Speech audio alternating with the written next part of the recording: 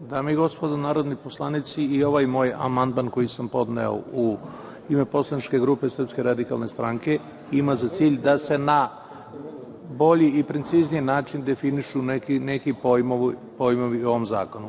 Već sam ranije napominjao da je ovo izuzetno važna privredna grana koja se razvija svakim danom i evo, pošto ja dolazim iz grada Niša, mogu da kažem da je pravo zadovoljstvo vikendom prošetati ulicama grada Niša, gde ćete na svakom koraku sresti nekog od stranih turista.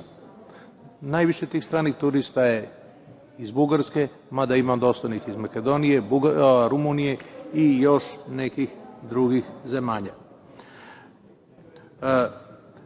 Hvala Bogu, Niš kao grad ima šta da ponudi u turističkom pogledu.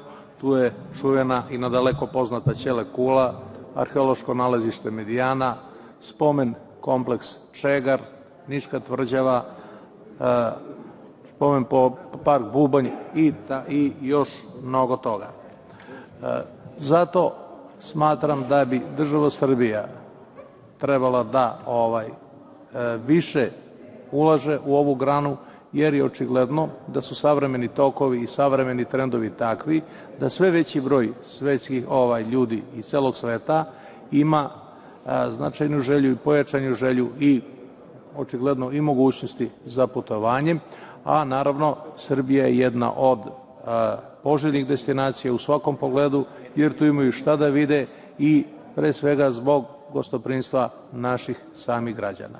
Dakle, nemojte vi donositi zakon samo zbog toga što to traži Evropska unija.